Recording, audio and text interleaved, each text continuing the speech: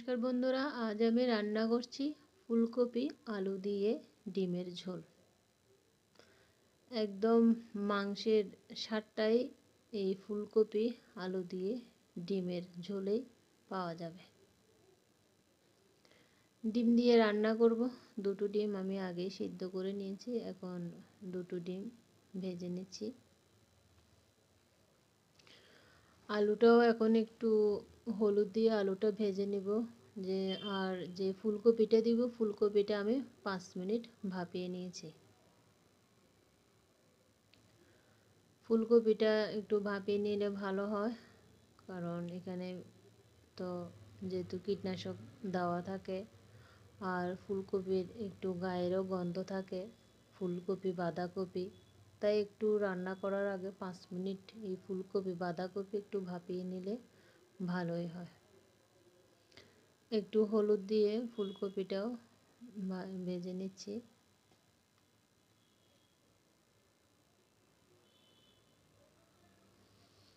দারুণ খেতে, দুপুরবেলা গরম গরম ভাতের সাথে আর পরোটার সাথে এটা খেতে ভালো লাগে। আমি তো ভাতের সাথে খাবো। দুপুরবেলা ফুলকপিটা ভাজা হয়েছে, ফুলকপিটা নামিয়ে রেখেছি। এখন কড়াইতে দিলাম তেল। এখন আমি 4 চামচ আমি ঘি দিয়ে দিলাম।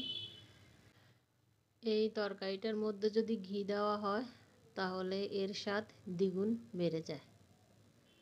এখন আমি দিয়ে দিলাম এলাচ, দারচিনি, গোটা জিরে আর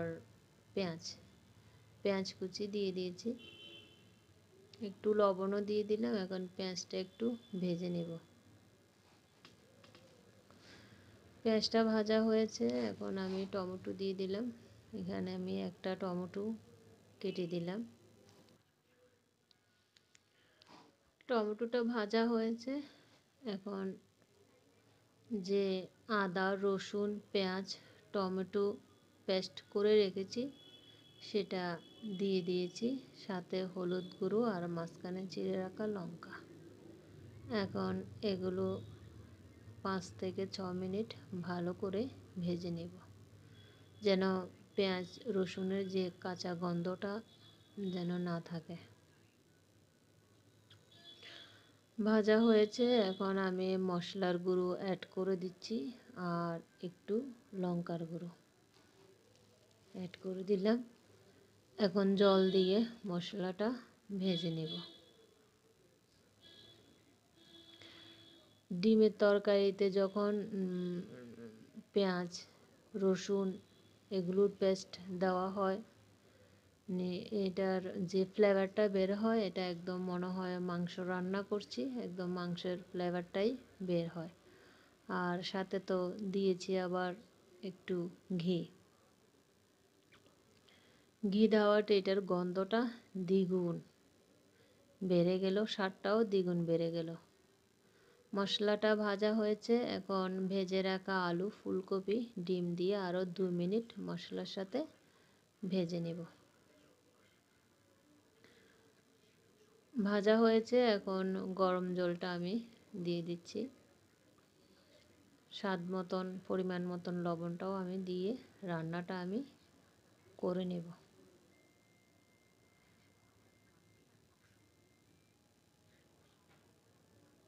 এই ডিম আলু ফুলকপির তরকারিটা গরম ভাতের সাথে আর যদি পোলাও রান্না করা হয় পোলাওর সাথে খেতে ভালো লাগে। আমার কাছে ভালো লাগে, যেহেতু আমি মাঝে মধ্যে আমার খাওয়া হয়, সেক্ষেত্রে আমি বলছি আমার কাছে এটা পোলাও দিয়ে খেতে ভালোই লাগে। রান্নাটা হয়েছে, এখন স্বাদ মতন চিনি আর গরম মশলার গুঁড়ো দিয়ে নেড়ে চেড়ে রান্নাটা নামিয়ে নেব।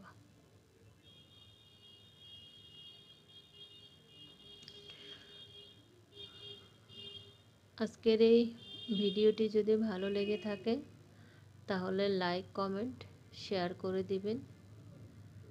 আর যারা এখনও আমার চ্যানেলটি সাবস্ক্রাইব করেননি তারা চ্যানেলটি অবশ্যই সাবস্ক্রাইব করে দিয়ে আপনারা আমার পাশে থাকবেন।